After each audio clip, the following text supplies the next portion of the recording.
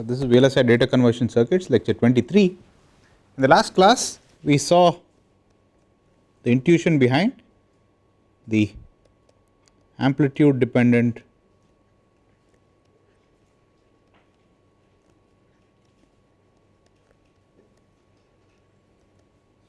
stability of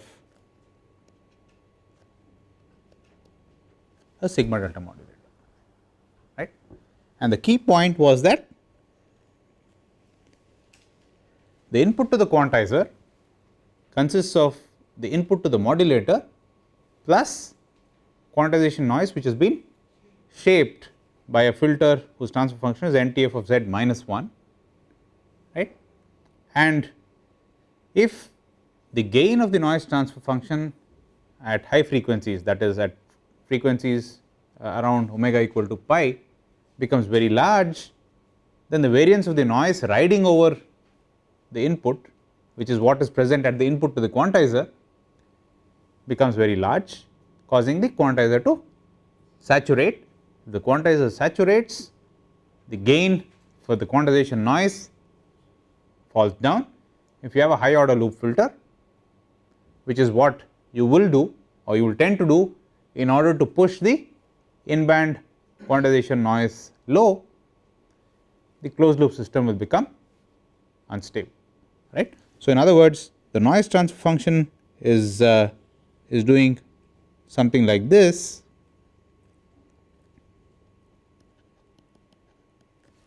right. This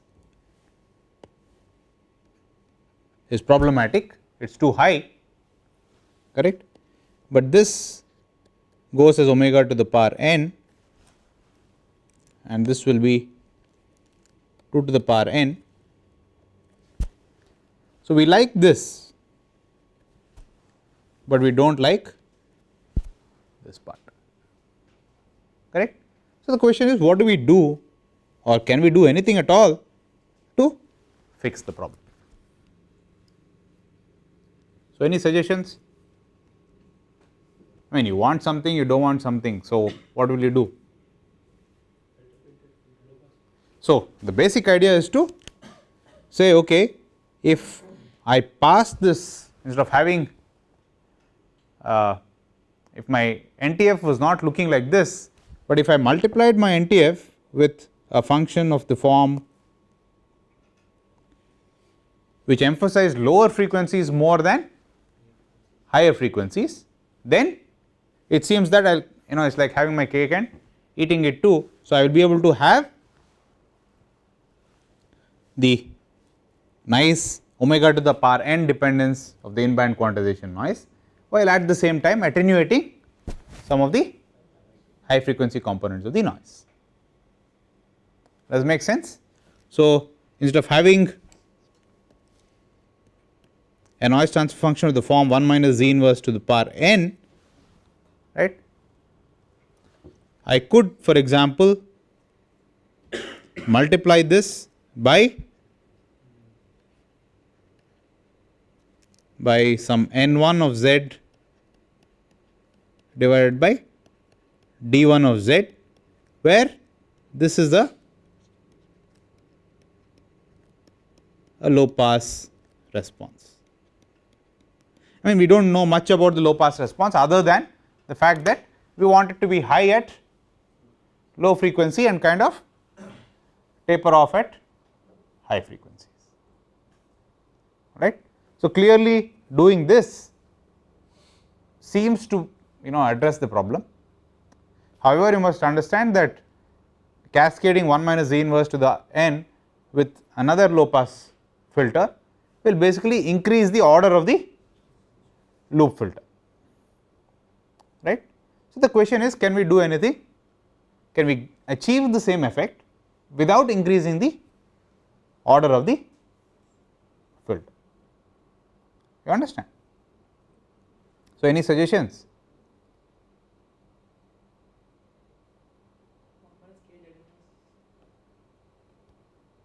Pardon? Where? Net loop function. Oh, well, one suggestion is, why do not you make this 1 minus k z inverse But the problem with this is that if k is not 1, what happens to the response of the NTF at DC?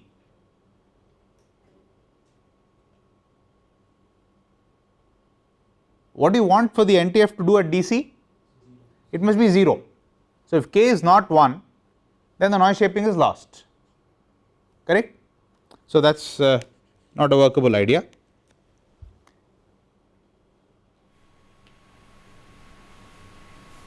Alright, let me again get back to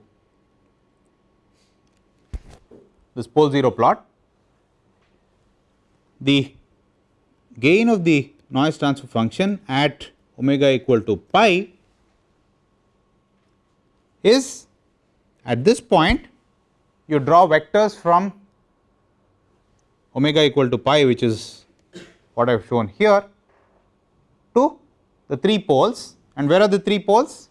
In this example I have chosen 1 minus z inverse the whole cube, which is nothing but z minus 1 the whole cube by z cube. The 3 poles are at the origin and 3 zeros are at z equal to 1. Does this make sense? The question now is, we want to reduce the gain of the noise transfer function at omega equal to pi, right? What is it right now? It is 8, because it is this part is 2, correct? That cube is 8. This happens to be always equal to 1. So the gain at omega equal to pi is 8. We want to be able to not increase the order of the loop filter. So we still want 3 poles and 3 zeros, and we want to reduce the gain at pi, right? There is an additional constraint that you cannot move the zeros, because if you move the zeros away from z equal to 1, you will not have noise shaping, correct? So the only, I mean, this is a good thing, because then you only have to worry about where you are going to place the poles. Does it make sense? So if you want the gain of the noise transfer function to decrease at omega equal to pi, what will you do with the poles?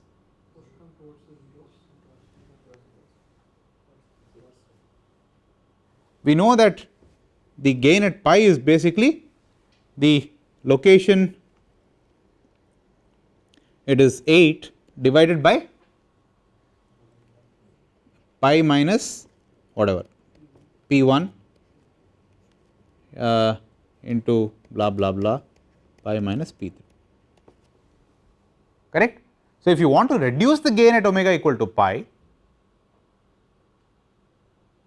it's sorry, it's 1 minus p1, 1 minus p3. If you want to reduce the gain at omega equal to pi, what should you do?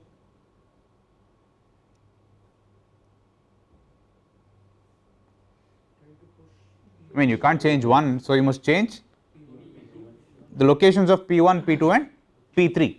So where will you put them? So if you push these poles in this general direction,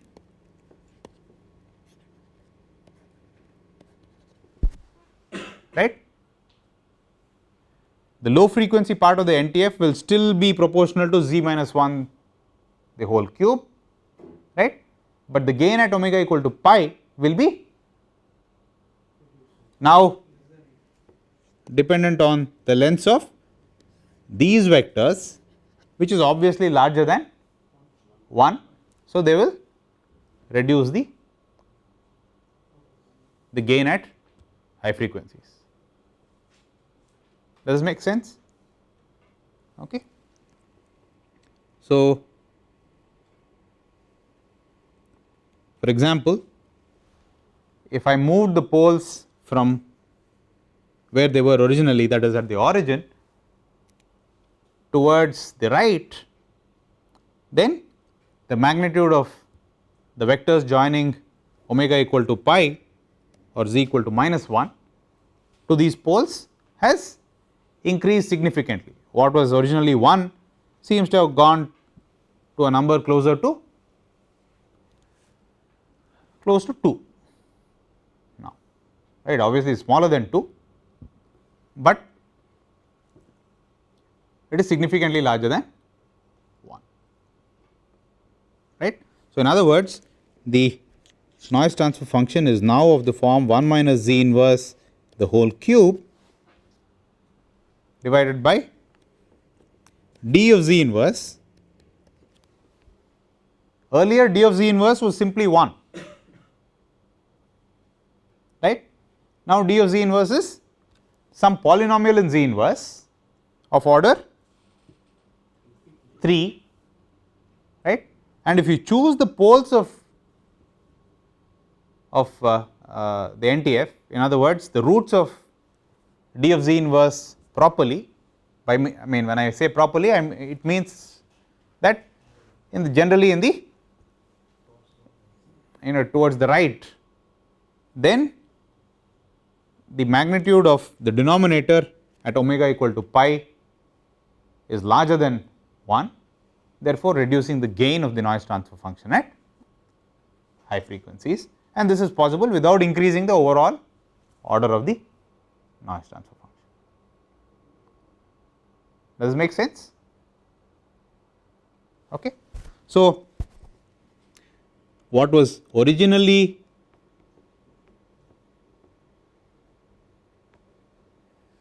something like this is mod NTF,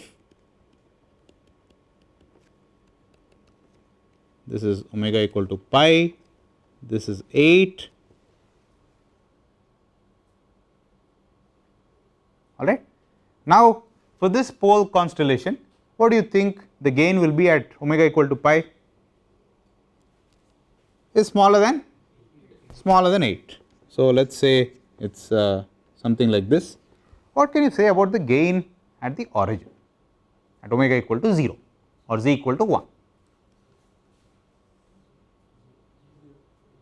Of course, at z equal to 1 it is 0, right. For small omega, how does this go? The original NTF 1 minus z inverse whole to the 3, it mod NTF omega cube. Now, how does it go?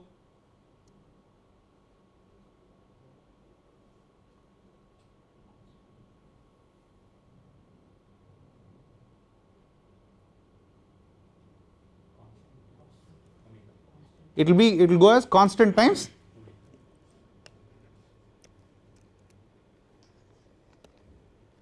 so at the origin this guy will have gone as omega cube. Now, because of the poles being pushed close to the zeros, what do you think will happen to the gain at low frequencies? It will still go as omega cube because you have 3 zeros at z equal to 1, but will it go faster? I mean, will it go as 1 times omega cube, or will it go as 5 times omega cube, or will it go as 0.1 times omega cube? Look at the picture, that is the key to. Okay. No, I mean, if it is not smaller, it got to be larger, right?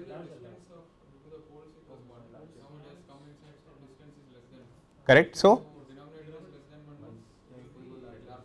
great. Okay, that's absolutely right.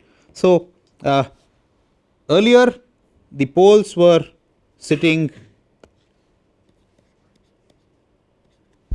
here at the origin, right, and at z equal to 1, correct, this in the neighborhood of z equal to 1 always evaluates to omega cube, right. Now, the only point of contention is what does this do at small frequencies, correct, and this is clearly earlier what was 1, these vectors are now reduced in magnitude, which means that the denominator is less than 1. So, this must go as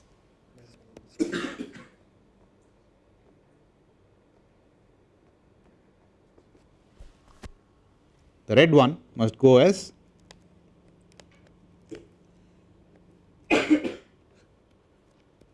k times omega cube, where k or alpha times omega cube, since we have been using k all over the place, alpha is definitely greater than 1, right, whereas the original NTF would have gone as simply omega cube.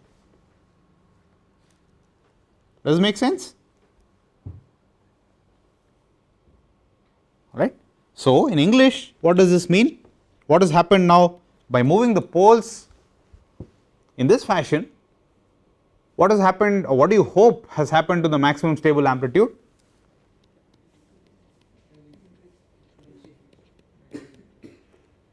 MSA has gone hopefully up, right. What can you say about the in-band quantization noise?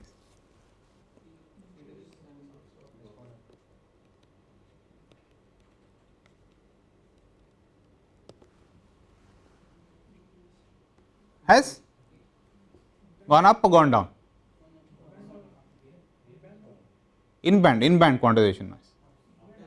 The in-band quantization noise is the this integral of NTF square in some band here.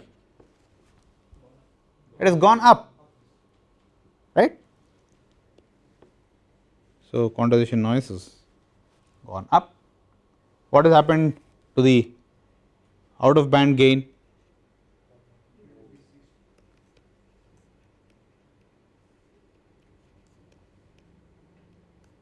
Has gone down. Okay. So, what I like to bring to your attention is the following. The in-band quantization noise has gone up and the out of band quantization has gone, the out of band gain has gone low or gone down, right. Okay. And this is not just a coincidence.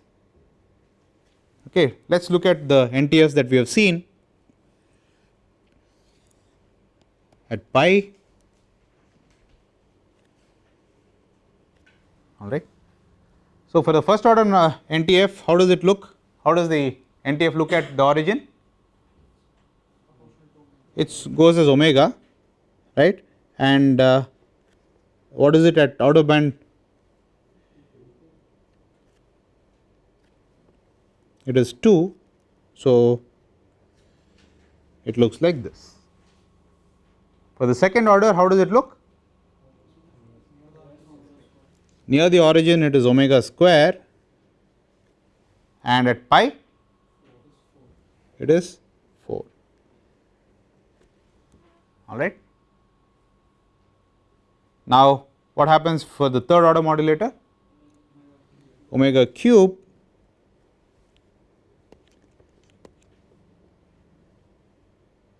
okay, and then this goes to 8, right. So, this is mod NTF, this is omega, and this is 1 minus z inverse, this is 1 minus z inverse the whole square, this is 1 minus z inverse the whole cube. Okay. And what trend do you see?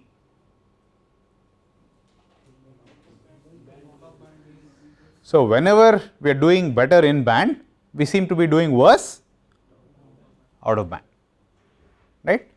And not only when we change the order, but also when for the same order we move the poles in such a way as to reduce the out of band gain, we seem to be doing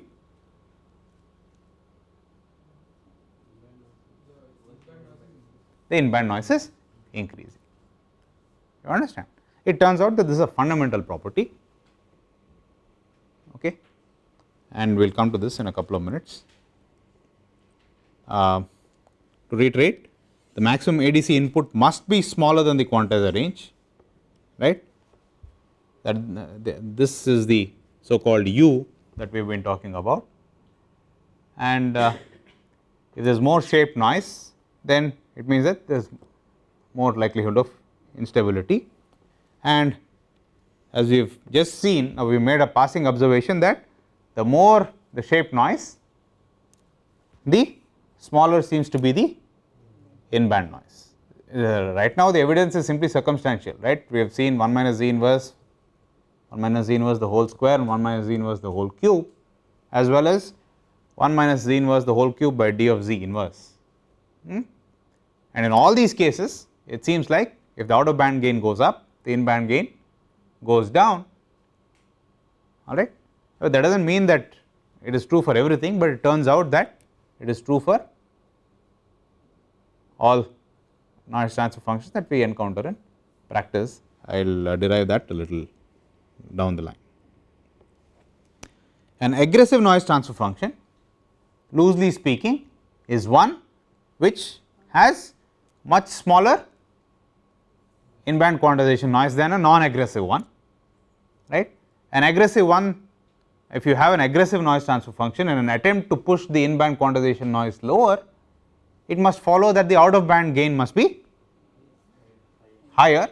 If you have a higher out of band gain, what can you say about the maximum stable amplitude? It must fall, because for the same quantizer input range, if you have a higher out of band gain, it means that the variance of the noise riding above the input is higher. So, in order to keep the quantizer happy, you need to reduce the input amplitude, thereby reducing the maximum stable amplitude of the modulator loop, right. Okay.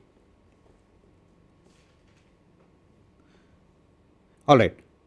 Before I go further, I just like to mention how one might estimate the maximum stable amplitude of a modulator in practice. This is obviously something which is very relevant, right. So, simulation is the most reliable way of doing it, right. In that, given that doing this analytically can be a very messy affair. So, one thing you could do is put a sinusoid with some amplitude, look at the state variables inside. If none of them blow up, you are fine. This amplitude is within the stable range. You go on stepping up the amplitude, and right, you can do this. Unfortunately, this takes a lot of time. So,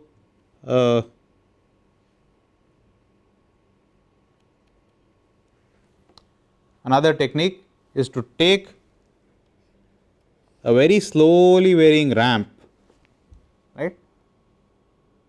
Okay, by slowly varying I mean this varies from 0 to full scale of the range of the quantizer, right, over say a million steps, correct. So, this is a very slow ramp, and monitor the input to the quantizer. We know that when the modulators become unstable, what happens to the input of the quantizer? It just blows up, right. So, rather than plot the input to the quantizer, you can plot the log of the input to the quantizer, in which case what will happen is that it will look nice and clean up to somewhere here, right. And then once you start exceeding the maximum stable amplitude, the magnitude will blow up, which means that the log will also blow up, and you will see something like this, okay. And then the ratio of this to 10 power 6, how long you have gone before the input to the quantizer blows up, is an estimate of the maximum stable amplitude, okay. And people have found that this is a good way of doing things. So, this is what I was talking about. So, it is a very slow ramp where 1 stands for the quantizer range, right. This is the loop filter, and you keep monitoring the input to the quantizer, and you will get a plot like this. So, please note that this is log of mod y. When you start at z, I mean the initial part is because the input is close to 0, right. So, the y will be hovering up above and below 0, right. So, if you since it is 0, if you take its log, it will be negative, correct. And then as you keep increasing the input amplitude, you can see that in general the magnitude of y increases, and at a certain point in time, which can also be mapped to a certain input, you can see that the log of the y just blows up, which means that y has simply gone to infinity, which means that this is the maximum stable amplitude.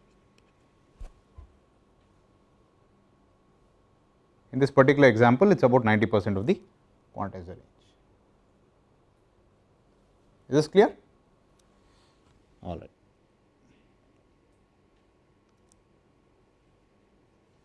I will come back to this a little later. So, now let us digress a little bit and see if we can get any intuition about, or rather we can throw more light on the fact that the in band performance and the out of band performance of a noise transfer function seem to be related. We seem to not be able to do better in band without worsening the performance out of band, right. So, to understand this, one needs to kind of rewind a little bit and refresh or familiarize oneself with some terminology and some results. This is an example of a negative feedback loop, all right. This has got nothing to do with delta sigma modulation, right. This is a standard negative feedback loop, and if the loop gain is very high, correct, then what is V?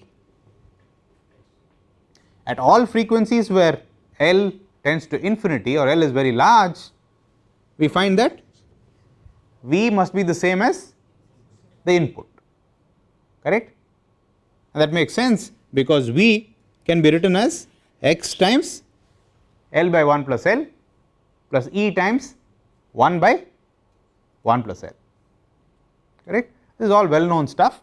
So, in other words, at frequencies where the loop gain is very large, the output is completely devoid of E. In other words, the loop has completely rejected this error injected at the output of the loop filter, or the loop is extremely insensitive to E, not to L, to E at those frequencies where the magnitude of the loop gain is infinite, right. Now, the ratio 1 by 1 plus L of Z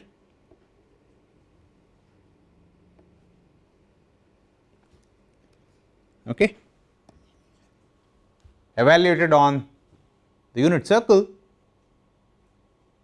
is a measure of how effectively the feedback system rejects disturbances or noise injected at its output, all right. And in classical control, this has been called what is called the sensitivity function of the loop. Okay, please note that this is a function of the loop gain, all right. Now, in a delta sigma modulator, assuming the quantization noise is additive, the sensitivity function is the same as the noise transfer function, correct. I mean, now if somebody told you that this is a block diagram, you would immediately say that this represents the additive noise of the quantizer, and therefore, you can identify the sensitivity function of a negative feedback loop in the delta sigma context by the noise transfer function of the loop, correct. And it turns out that since in a sigma delta loop the sensitivity is the same as the noise transfer function, some very interesting results from control can be applied, and to get there, let us recall the first thing, which is the first sample of the impulse response of a noise transfer function must be 1. And why is this happening? because you cannot have a delay free loop, alright. In the frequency domain, this means that the noise transfer function evaluated at z equal to infinity must be 1, correct.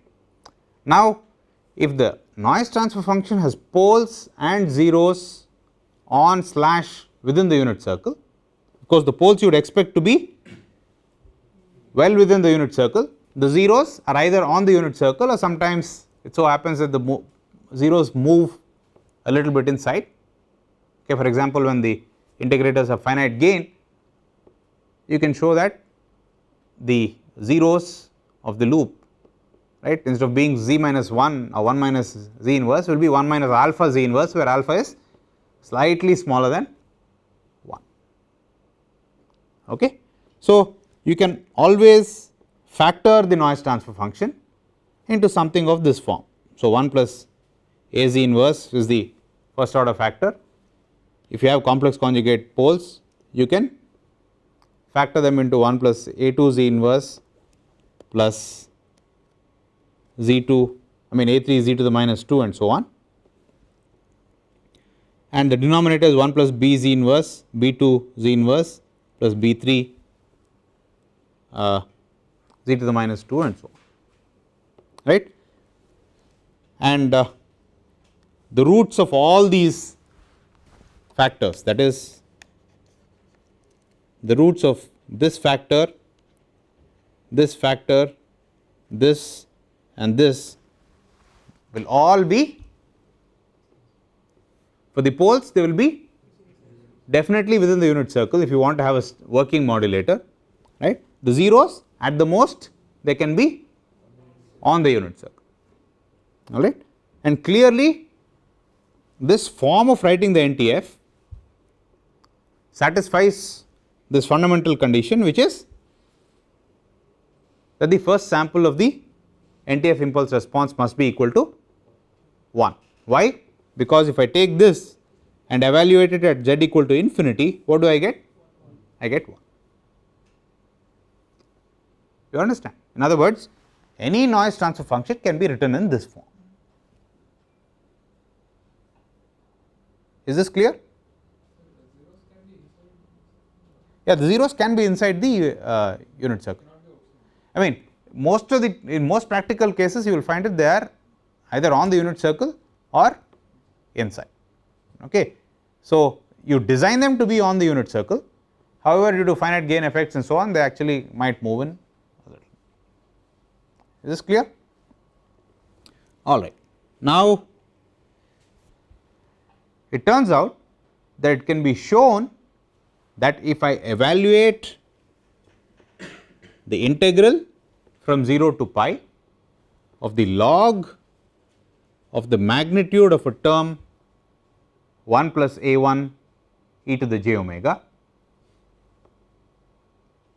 okay, from 0 to pi, then this turns out to be equal to 0. Understand? Let me repeat this again. I have a term 1 plus a1 e to the j omega. In other words, this is nothing but 1 plus a1 z inverse evaluated on the unit circle, right. I find its magnitude only, take the logarithm and integrate it from 0 to pi, alright, and it turns out that this is 0. It is not too difficult to show, alright. Now, since a picture is worth 1000 words, it is nicer to draw a picture.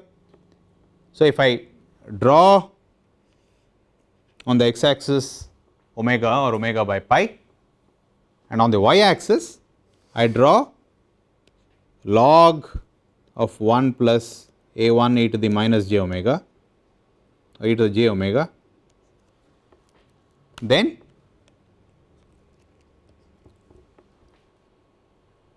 the net area is 0. In other words, the area of this log magnitude curve above 0 must be the same as the area below 0.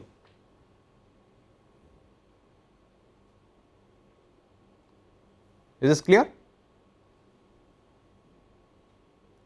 Okay. I mean, if we multiply this whole thing by 20, nothing changes, right, and then you can express everything in dB. So, if you plot the log magnitude of 1 plus a1 z inverse, where a1 has a magnitude smaller than 1, then the area above the 0 dB line will be exactly equal to the area below the 0 dB line. So, now consider the second order factors. If the poles lie within the unit circle, you can always break this up into a product of two first order terms where the coefficients are now complex conjugate, right, if the roots are complex, otherwise they are two real poles. And if you accept the previous result, then you can show that if you plot the log magnitude of this transfer function, then again the area above 0 must be equal to the area below 0, or in dB the area above the 0 dB line must be the same as the area below the 0 dB line, correct. Now that we have accepted this, our NTF is simply log of, I mean whatever, log magnitude of the NTF is simply nothing but log magnitude of products of terms like this,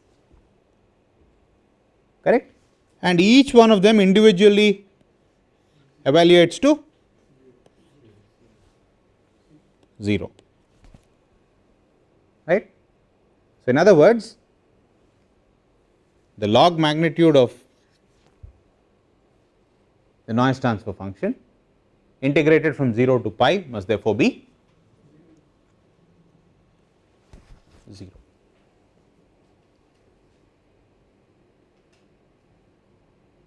Is this clear? So, in other words, if you plot the log magnitude of the noise transfer function and the NTF is stable and the zeros of the NTF are either on the unit circle or inside, then the area of the log magnitude of the NTF above 0 must be equal to the area below 0, right. I mean, this fits in well with all our circumstantial evidence, namely, right, you know, when we attempted to increase the out of band gain, correct, what did we find? The in band noise is getting better. On the other hand, when we reduce the out of band gain, which is equivalent to saying if you reduce the out of band gain, the out of band log of the gain also reduces, which means that that area above the 0 dB line is reducing, which means that the area below the 0 dB line must increase. And where is the magnitude log magnitude less than 0? For the NTF, at what frequencies is the log magnitude smaller than 0? Pardon? At in band frequencies, correct. So, right. So, this area, so if you plot say log NTF, the area of this above 0 must be the same as the area below 0, right. C1, which is this area, and C2, which is this area, must be the same, okay. And this is what is called the Bode sensitivity integral.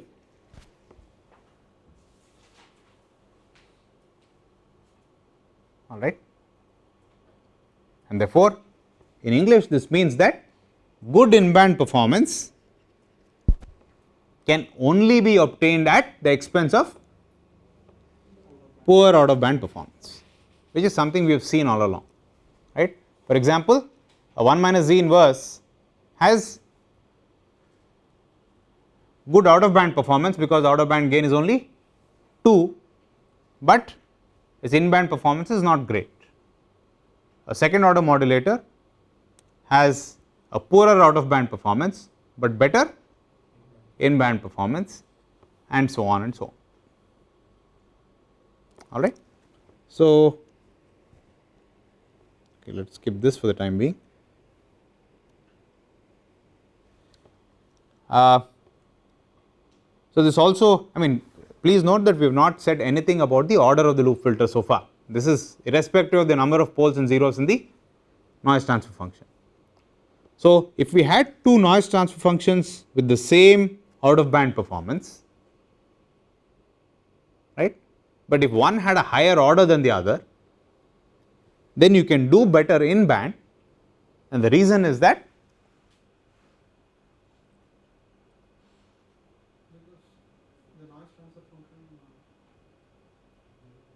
I mean, okay, let me explain what this graph shows. This shows two noise transfer functions. The NTF in red has a higher order than the NTF in blue.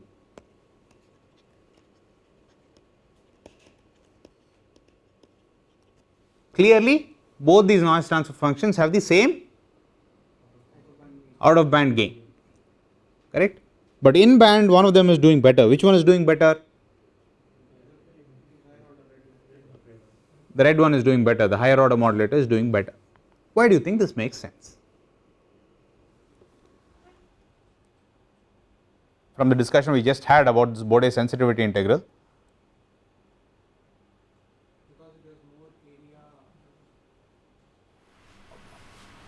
area. Okay. Above 0 dB, it has more area. All right. Okay. So, I mean, you can see that I mean, clearly the area above the 0 dB line must be small, must be the same as the area below the 0 dB line, correct. In a high order modulator, you can make the transition very sharp. This is exactly analogous to, I mean, your digital what you have done in DSP, right. If you have a higher order transfer function, you can make it sharper. Okay. You can see that the lower order transfer function wastes a lot of area in the transition, whereas if you had a higher order NTF, since the transition is sharper, right, you do not need to waste that area in the transition, right, or all the positive area, for example, can be utilized to get a larger negative area, which all happens at in band frequencies. You understand? Okay. So, that is another piece of intuition. So, so to summarize the discussion so far,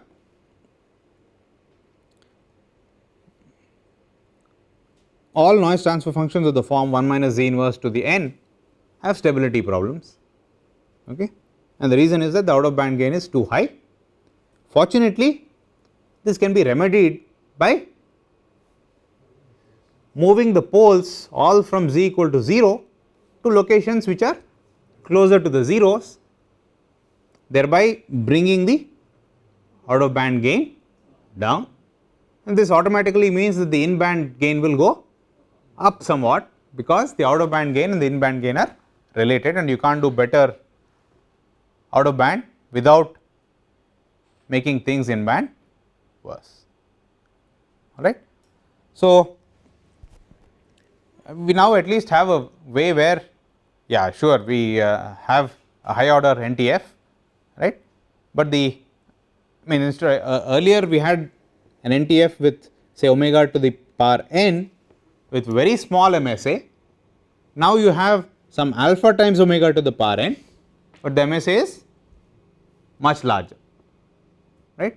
This alpha being greater than 1 is not really an issue, because going from, I mean, what is the whole idea in going to a high order modulator? You want to reduce the in band noise, correct, all right. So, let us say you had for second order you had omega square, third order you cannot have omega cube, you must have some alpha omega cube where alpha is greater than 1, right. So, compared to omega square, alpha omega cube is much smaller, right, because at low frequencies omega is virtually 0, right. So, the increase in quantization noise due to alpha being greater than 1 is much smaller than the reduction in the quantization noise because of the extra factor omega, right. So, it does indeed make sense to go for a high order modulator, which of course has been designed so that the maximum stable amplitude is not very small, and that is done by moving the poles, choosing the poles properly so that the out of band gain is smaller than 2 to the n, correct. So, let me quickly go over a systematic way in which one can design an NTF, alright.